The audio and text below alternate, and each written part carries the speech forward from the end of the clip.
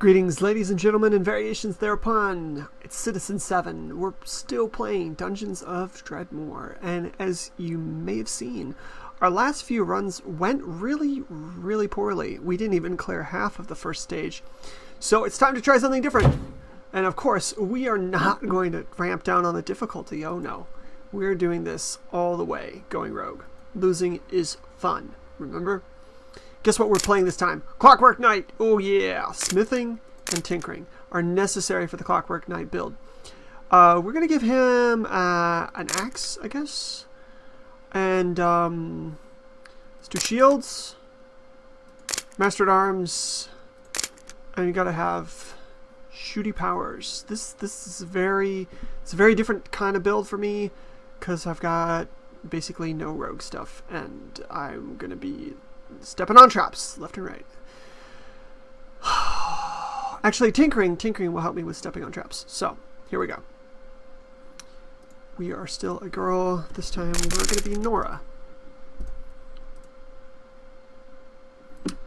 Look, a softball. Alright, let's go ahead and read our skills, because we've got all new stuff. So, axes, have we read this? Nah, we haven't. We just went through it. Combat Lumberjack. Embrace the flannel. Become one with the flannel. This skill forms the foundation of axe wielding. Viking Strike. Join the Church of Odin, of course. Learn to hate. With this skill, you'll have a chance to perform the Viking Strike in melee combat. Axe training. Vigorous training with your axe allows you to chop and cleave more fiercely and accurately. Saplings tremble. You occasionally deal a crippling wound. Norwegian Axe Nado. Destroy your foes with the axe-wielding powers described in the ancient sagas. With this skill, you can hit all the enemies in an area around you. Axe Mantra. Spiritual devotion to the art of the axe has unlocked its secrets. You have a chance of executing exceptionally grievous attacks in combat while using axes. And Philosopher of the Axe.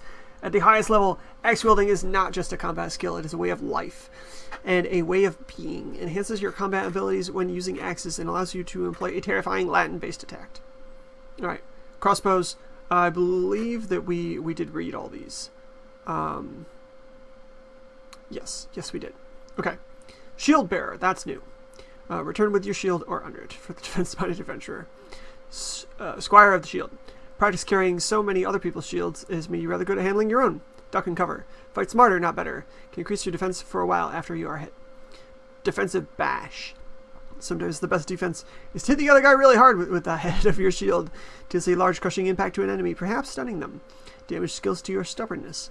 Tortoise Maneuver. The Tortoise Maneuver is not particularly feared by anyone. We'll see, because it involves just holding your shield over your head and cowering, but it might help you survive a little longer. Using this skill enhances your defenses until you get hit enough that you lose focus. And Shield Savant. Looks like the shield is a part of you.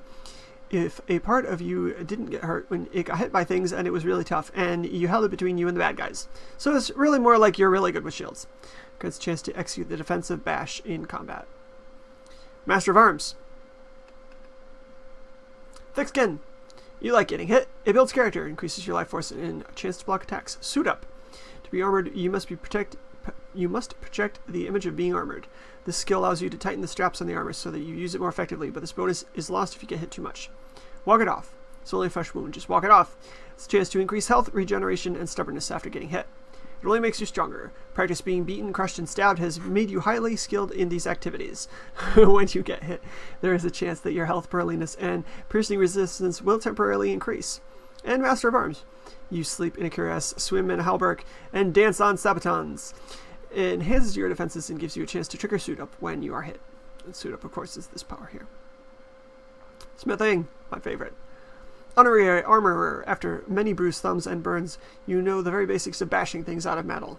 Ingoteer. This is the art of mining cubes and crafting them into useful shapes. You also picked up something about traps, which is very useful. I like seeing traps. Metallurgical Practitioner. You're a practical and practiced metallurgist. Forge Keeper. You like it hot. Chosen of Krong. Heftwell, your mighty hammer. For your metalcraft is a divine calling, and then the world hammer. What hath these hands wrought? Why crafts which even the forged lord of Ohm covets? The tinkering, dabbling Trappist. We've read all the tinkerer stuff before, and the new one, the Clockwork Knight. You're armored with the latest in modern steam-powered military hardware. Glory to the Empire! Tech Scavenger. Close affinity with mechanical technology gives you an eye for scavenging quality parts and scrap metal from slain constructs. Rocket-powered punch. You periodically launch a fish-shaped rocket from your arm cannon to give wayward brigands and blackguards what for. Rocket jump. You learn to propel yourself by detonating an explosive below your feet just as you jump through the air. This attack is bold and may surprise your enemies, especially if you jump on their heads. Your tinkering skill enhances the bomb blast. Only works in cardinal directions. Augmented limbs. Your steam-powered limbs may automatically go on a destructive rampage in combat and thresh your enemies. Sweet. Parabolic Mecha Stomp. You leap into the air and come crashing down. The power of your mechanical limbs rocks the dungeon floor like a small boat on a stormy sea of metaphor. Thou Mechanikinetic Damper. Your suit can emit a powerful internal dampening field that can protect you from projectiles and explosions. This energy shield requires a lot of energy to operate. Charge the Steam Brigade! By steam-powered rocket boot, you propel yourself straight into the heart of the enemy to strike with the force of the Empire's glory. For Queen and Country! Only works in cardinal directions, of course. Alright. So that is E-Skill Tomes. I suppose I should stop the episode here, and we'll jump back into the action.